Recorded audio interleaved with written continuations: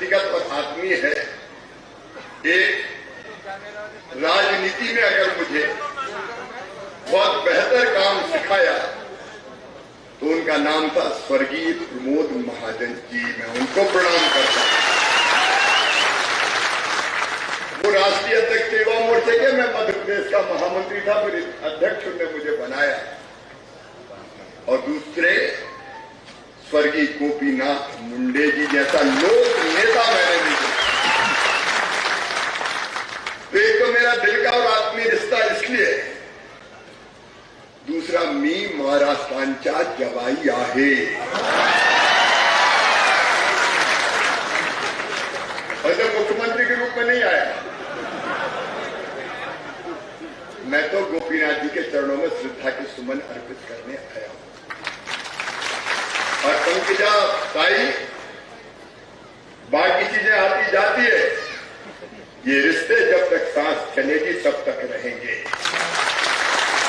हमारी ताई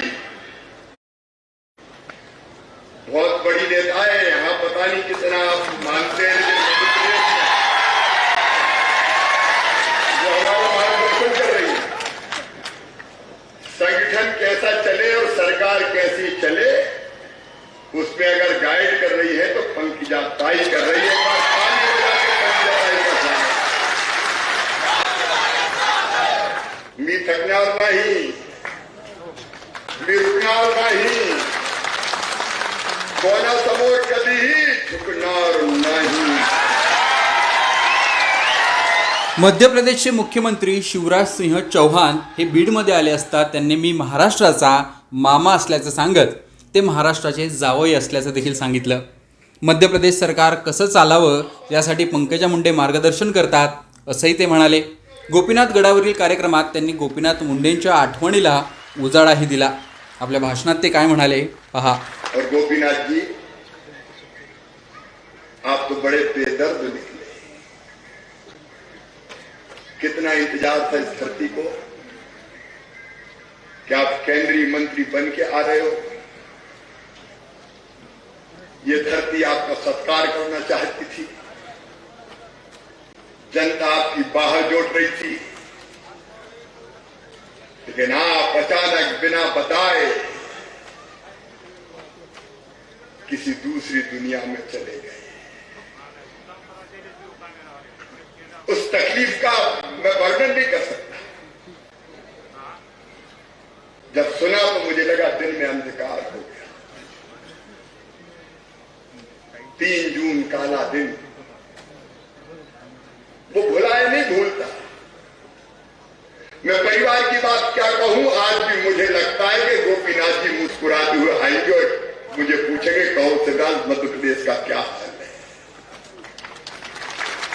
उनका मुस्कुराता चेहरा कभी भूलता नहीं है, बार बार याद आता है। इतनी जल्दी इतनी दूर चले जाएंगे किसने सोचा था। बड़े गौर से सुन रहा था जमाना, तुम ही सो गए दास्तां कहते कहते। अभी तो हम सुनना चाहते थे, अभी तो हम देखना चाहते थे आपको काम करते हुए, विकास करते हुए, सेवा करते हुए। हम कैसे भूलें गोपीनाथ जी, एक छोटे से गांव में आपने जन्म लिया और इस गांव में जन्म लेके, जिस गांव में प्राइमरी स्कूल की बिल्डिंग तक नहीं थी, आप पेड़ के नीचे पढ़े, गरीब परिवार में जन्मे, गरीबों के दुख को आपने आंखों से देखा और उसी दुख को दूर करने की प्रेरणा आपको राजनीति में खींच के ले आई। आप जानते होंगे, अरे इंसान तो इंसान, अगर गाय बैल पशुओं को भी जरूरत पड़ी तो उनके शिविर लगा के, वहीं खटिया लगा के, वहीं नहाना, वहीं धोना और उनकी सेवा करने का काम किया वो स्वर्गीय गोपीनाथ मुंडे। कौन करता है कोई ना कोई बताए। अगर गोदावरी की महाभीषण बाढ़ में लोग तबाह और बर्बाद हो गए, सरकार नहीं पहुंची, सरकार की सहायता नहीं पहुंची, उसके पहले गोपीनाथ मुंडे पैदल पैदल या पालकी में भी बैठ के गांव गांव पहुंच गए। धन्य हो गोपीनाथ। आपका जीवन संघर्ष, साहस और सेवा का त्रिवेणी संगम था गोपीनाथ। ज्ञान, भक्ति और कर्म का संगम मैंने किसी में देखा तो उनका नाम था स्वर्गीय गोपीनाथ मुंडे जी।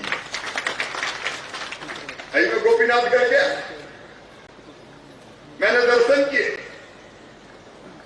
और वहां लिखा देखा, मी थकणार नहीं, मी रुकणार नहीं,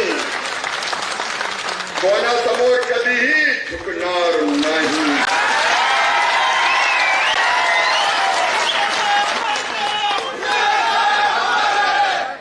ये गोपीनाथ मुंडे छात्र जीवन में सक्रिय हो गए, आपातकाल का विरोध किया। बचपन में कह दिया गोपीनाथ जी ने, इंदिरा तेरी तानाशाही नहीं चलेगी, नहीं चलेगी। 16 महीने जेल में रहे, विद्यार्थी नेता रहे और जिस दिन भारतीय जनता पार्टी का जन्म अटल जी के नेतृत्व में हुआ 1980 में, उसी साल युवा मोर्चे के महाराष्ट्र के अध्यक्ष बन गए। अगर भारतीय जनता पार्टी के सबसे युवा अध्यक्ष गोपीनाथ पूरे महाराष्ट्र को छान मारा, गांव गांव, हर जिले में, हर कस्बे में। मैं आज गर्व के साथ कहता हूं, भारतीय जनता पार्टी का अगर ये संगठन खड़ा है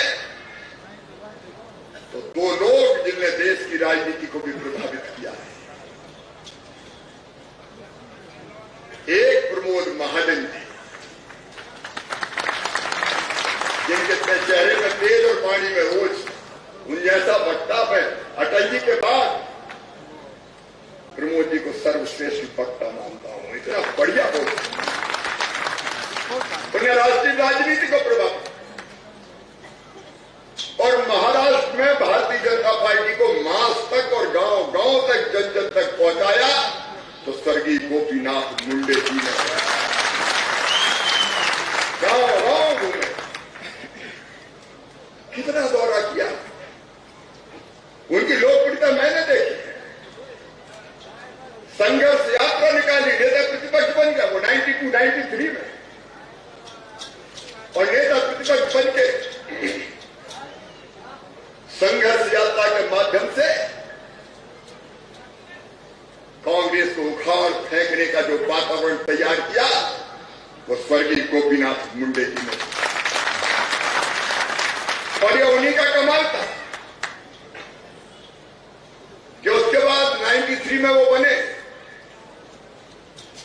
95-96 में अगर बीजेपी शिवसेना की युति की सरकार बनी तो सबसे बड़ा अगर कोई कारण था जिनके कारण बनी तो वो थे स्वर्गीय गोपीनाथ मुंडे जी। और सरकार में भी कैसा काम, एक तरफ विकास के काम, जनता के कल्याण के काम, सस्ता भोजन जैसी योजना गोपीनाथ जी लेके आए।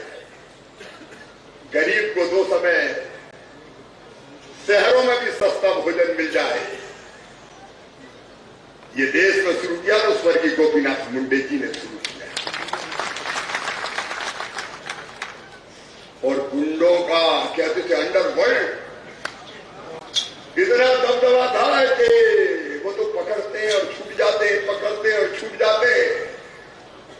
गोपीनाथ जी ने पुलिस को कह दिया कि जनता के लिए फूल से ज्यादा कॉमन हूं मैं, लेकिन गैंगस्टर, गुंडा, माफियाओं के खिलाफ वज्र से ज्यादा कठोर हूं मैं, छोड़ना मत किसी भी। एनकाउंटर 92 में, 95, 96, 97 में 70 गैंगस्टर मारे गए, अंडरवर्ल्ड छोड़ के भाग गया मुंबई, पता नहीं चला। ये मुंडे जी का सौर्य था, उसके पहले कोई नकेल नहीं डाल पाया। केंद्र में हो, राज्य में हो, और देश में तो वो काम करते। पंचायत ग्रामीण विकास मंत्री बने थे, मनरेगा में कई परिवर्तन का सोच रहे थे, लेकिन वो कुछ करते उसके पहले वो हमें छोड़ के चले गए।